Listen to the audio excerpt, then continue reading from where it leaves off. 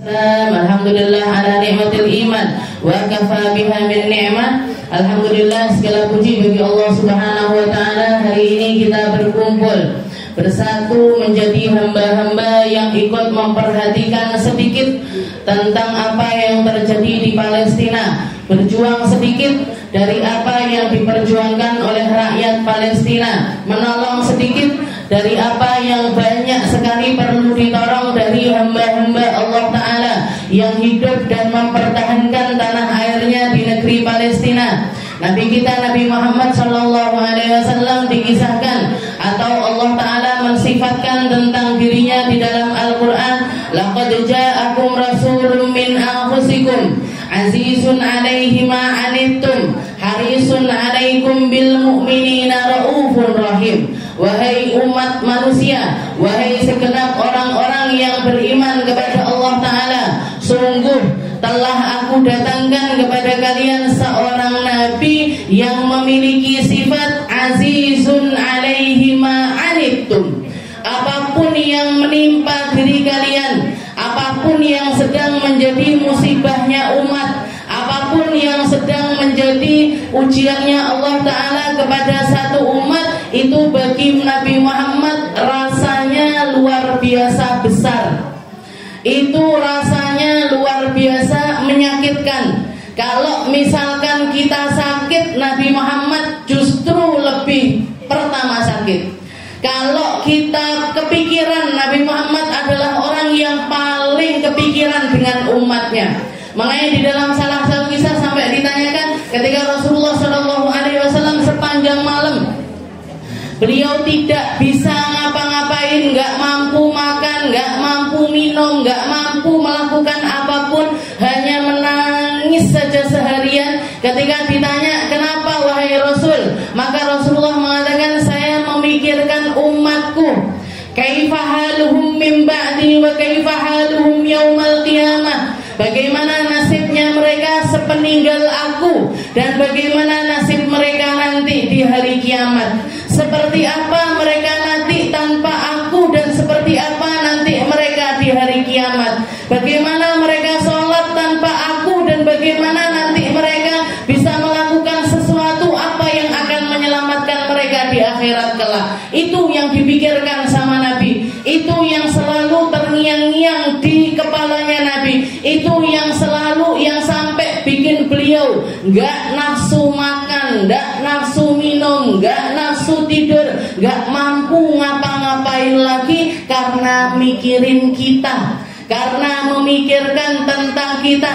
Nanti yang ngajarin mereka siapa, yang nuntun Al-Quran kepada mereka siapa, yang imami sholat jamaah mereka siapa, yang mimpin perang-perangnya mereka bagaimana dan seperti apa, bagaimana nasib umatku yang ada di Arab, yang ada di Timur Tengah, yang ada di Yaman, yang ada di Oman, yang ada dimanapun mereka berada, bagaimana keadaan mereka. Makanya Allah Ta'ala mensifatkan Nabi Muhammad dengan kata-kata azizun alaihi ma anittum. Perkara yang mungkin bagi kita sesuatu yang kita masih bisa melakukan, masih bisa mentolerir atas hal tersebut. Sebagaimana yang terjadi di rakyat Palestina, mereka kesulitan makan tapi kita masih tetap bisa makan di sini. Mereka kesulitan tidur, kita tidur nyaman di sini. Mereka nggak aman tempatnya, kita merasa aman-aman saja dengan Islam dan juga imannya kita. Mereka dalam keadaan tertekan, tapi kita nggak tertekan sama sekali. Bahkan untuk memanjatkan doa-doa sekalipun, kita hanya melakukannya sekali, dua kali. Kalau ingat ya doain, kalau nggak ingat ya sudah. Kalau bisa mendonasikan, saya mendonasi. Kalau nggak bisa ya sudah.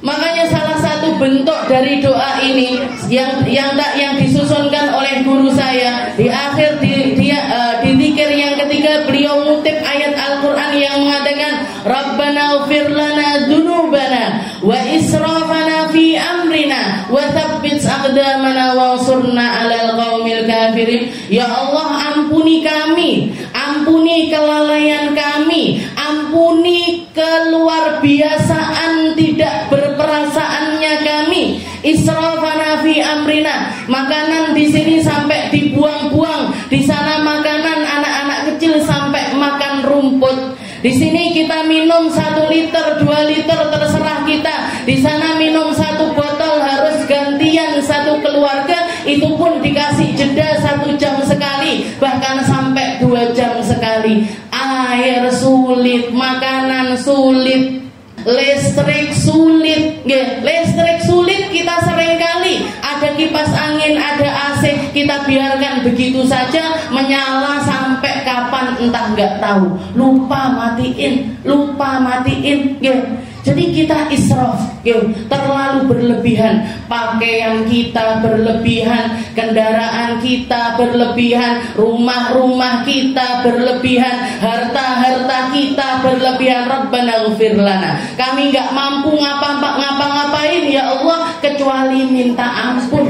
Minta ampun karena kenyang, saudara kami lapar. Minta ampun karena kita nggak haus, mereka kehausan. Minta ampun karena kami tidur nyenyak, mereka nggak bisa tidur nyenyak. Rabbana ighfir lana dzunubana wa israfana fi amrina wa tsabbit aqdamana wansurna 'alal qaumil kafirin. Tetapkan hati kami, tetapkan kaki kami, tetapkan jiwa kami untuk istiqomah berada di jalan-Mu. Wansurna 'alal qaumil kafirin. Meskipun modal kami seperti ini ya Allah, kami tetap meminta kemenangan-Mu. Kami minta untuk dimenangkan dari orang-orang kafir.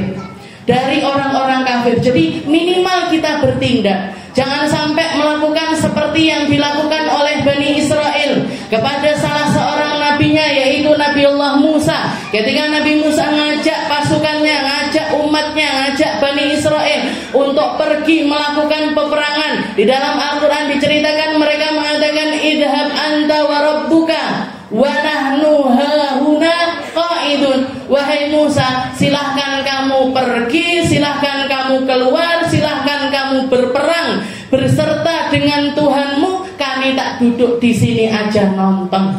Kami tak duduk di sini saja, nggak perlu ikut perang. Kami duduk di sini saja karena perang itu menakutkan, karena perang itu melelahkan, karena perang itu menguras jiwa raga kami. Kami tak nonton aja, kamu sama Tuhanmu aja yang berperang.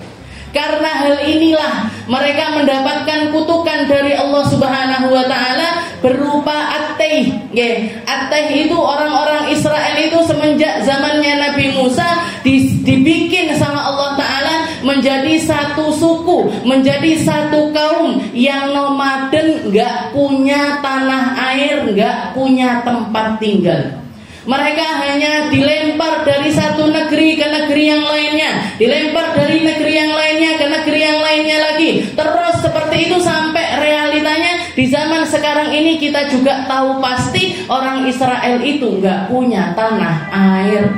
Mereka nggak punya tanah, mereka nggak punya negeri, mereka nggak punya tempat asal, itu nggak punya. Karena mereka terusir dari negeri Palestina, karena Allah Subhanahu wa ta'ala murka kepada mereka ketika diajak berperang. Mereka hanya mengatakan wa nahnu hunalika qaidun. Kami tak duduk aja di sini Musa, kami tak duduk aja di sini, terserah kamu aja yang berangkat beserta dengan Tuhanmu.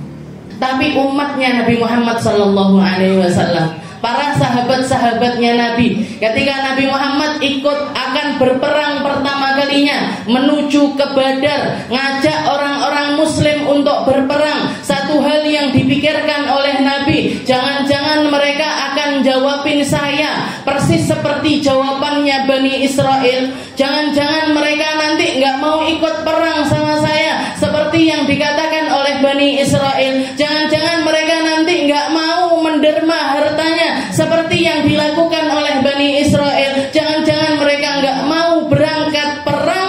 Persis jawabannya seperti jawabannya para Bani Israel. Itu bikin Nabi Muhammad kepikiran, bikin Nabi Muhammad sakit hatinya, tapi nggak diutarakan, tapi nggak diceritakan. Beliau hanya diam. Para sahabat sudah tahu dari wajahnya Nabi, dari mimik mukanya Nabi. Mereka mengatakan, ya Muhammad, idhab anta wa rabbuka wa nahnu ma'aka muqatilun. Wahai Muhammad, kami nggak akan seperti Bani Israel yang mengatakan seperti itu, tapi silahkan keluar, silahkan pergi, silahkan berperang engkau beserta dengan Tuhanmu. Wa nahnu ma'aka muqatilun, dan kami pun juga akan ikut berperang. Kami pun juga akan ikut untuk mendukung. Kami pun juga akan mengerahkan seluruh hal yang kami mampu untuk ikut di dalam perjuanganmu. Ini yang membedakan antara umatnya Nabi Muhammad SAW dengan umatnya nabi-nabi terdahulu. Mereka tidak dapat dukungan penuh dari umatnya, sedangkan Nabi Muhammad mendapatkan sahabat-sahabat yang demikian istimewanya. Dan orang-orang semacam sahabatnya Nabi, orang-orang yang sepenuh hati mendukung Nabi, orang-orang yang melakukan apapun untuk nabinya, setiap zaman, setiap masa, setiap tempat, setiap daerah akan selalu ada, akan selalu eksis, akan selalu disisakan oleh Allah Ta'ala umat, sekelompok umat, satu golongan umat yang akan selalu mendukung perjuangannya Nabi kita Nabi Muhammad Sallallahu Alaihi Wasallam. Mugi-mugi kita termasuk, mugi-mugi kita kaum yang seperti itu, mugi-mugi kita yang mampu menetapkan kaki kita untuk istiqomah di jalannya Nabi Muhammad Sallallahu Alaihi Wasallam. Entah dengan ilmu kita, dengan harta kita, dengan pikiran kita, dengan ide-ide kita, dengan perlawanan kita lewat dunia maya ataupun dunia nyata. Tapi yang jelas, wa nahnu ma'aka muqatilun, kami bersamamu wahai Nabi, kami ikut denganmu wahai Nabi, kami berada di belakangmu wahai Nabi, kami berperang dengan harta kami berperang dengan kuasa kami berperang dengan ilmu kami berperang melawan kebodohan kami berperang melawan segala hal yang buruk di dalam hati kami berperang melawan setiap hawa nafsu yang ada di dalam diri kami berperang bersamamu ya Rasul, kami ada selalu di belakangmu ya Rasul. Maka ketika kita melihat saudara kita yang ada di Palestina, ini juga yang harus kita lakukan. Wa nahnu ma'aka muqatilun, kami ikut serta di dalam perlawanan ini, kami ikut serta di dalam perjuangan ini, kami ikut serta di dalam apapun yang kami mampu untuk melawan setiap kezaliman yang ada. Karena urusannya bukan cuma tentang sakit enggak, tapi hidup dan mati. Ribuan orang sampai hari ini sudah hampir 10.000. 10.000 itu kalau saya ngelihat anak dalwa, putra putri, putri sekarang itu 7.000, anak pondok pesantren putri itu sekarang jumlahnya 7.000 orang, ditambah anak ba'alawi 3.000, 10.000. Bayangkan anak 2 pondok yang dikorbankan 10.000 orang, dan hampir 50% lebihnya adalah bayi-bayi dan juga anak-anak. Kalau yang seperti ini nggak bikin hati kita ini gerak, apalagi Bu? Kalau yang sesadis ini nggak bikin hati kita ini nggak tergerak sama sekali, terus harus melihat yang seperti apa lagi, harus menyaksikan yang seperti apa lagi, harus sampai dibikin sama Allah Ta'ala.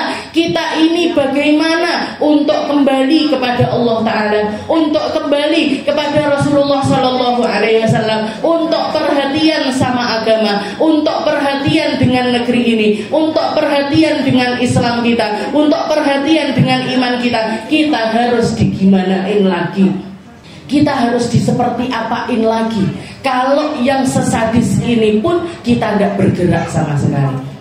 Makanya saya sampai heran, kok bisa orang-orang yang punya kuasa, orang-orang yang punya masa, orang-orang yang punya pondok pesantren, orang-orang yang punya memiliki sesuatu untuk diperjuangkan, tapi mereka memiliki memilih untuk bungkam, memilih untuk diam, memilih untuk enggak ngapa-ngapain. Kira-kira apa nanti yang akan dia katakan di hadapan Allah Subhanahu wa taala ketika ditanya tentang apa yang terjadi di Palestina, ya, tentang apa yang terjadi kepada umat muslim yang ada di sana, negeri ketiga paling suci setelah Mekah dan juga Madinah. Ada Masjidil Aqsa, ada tempat transitnya Nabi di dalam Isra Mi'rajnya, ada tempat di mana Nabi Muhammad melaksanakan sholat berjamaah dengan para nabi-nabi semuanya, ya, semuanya. Masjidil Haram ini nggak seperti masjid-masjid yang ada di sekitaran kita.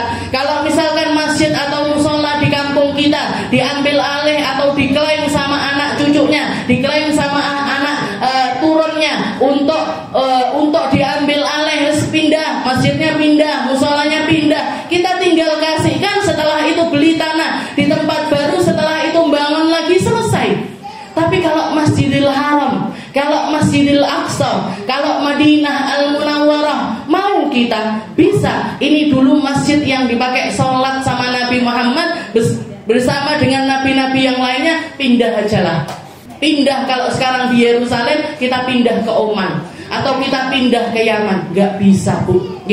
Urusannya bukan seperti urusan masjid-masjid kita, urusannya tidak seperti langgar-langgar kita ataupun musola-musola kita, tapi urusannya adalah kehormatannya umat muslim seluruh dunia. Mugi-mugi kita semuanya dikuatkan sama Allah Ta'ala. Mugi-mugi kita semuanya dirahmati sama Allah Ta'ala. Mugi-mugi kita semuanya diampuni sama Allah Ta'ala. Mugi-mugi apa yang kita lakukan, meskipun mungkin gak berarti, meskipun mungkin gak merubah apapun, meskipun mungkin gak berefek apapun, tapi kita menjelaskan posisi kita. Kita tahu persis di mana kita tahu persis kita bersama siapa, kita tahu persis ada di belakangnya siapa, yaitu di belakangnya Nabi kita, Nabi Muhammad Sallallahu Alaihi Wasallam. Mugi-mugi sama Allah Ta'ala akidah kita dijaga, ketauhidan kita dijaga, iman Islam kita dijaga, keluarga kita dijaga, orang-orang yang kita cintai semuanya di dalam penjagaan dari Allah Subhanahu Wa Ta'ala, zahirnya, batinnya, zahirnya yang nampak dari mereka serta yang tidak nampak dari mereka, dan itu adalah sesuatu yang paling penting, yaitu hati-hati mereka, roh-roh mereka. Semoga Allah Subhanahu Wa Ta'ala mengampuni keteledoran kita, mengampuni keserakahan kita, mengampuni kesombongan kita, mengampuni ketidaktahuan diri kita, mengampuni segala apapun yang ada pada diri kita. Mugi-mugi sama Allah Ta'ala, semoga Allah Ta'ala memenangkan negeri Palestina, memenangkan apa yang terjadi di sana, mendukung semua orang yang sedang berjuang di dalamnya, berjuang di atasnya, berjuang untuk memperjuangkan Masjidil Aqsa ala hadhihi niyyah wa ala niyatin salihah wa ila hadratin Nabi Muhammad sallallahu alaihi wasallam bisirril Fatihah.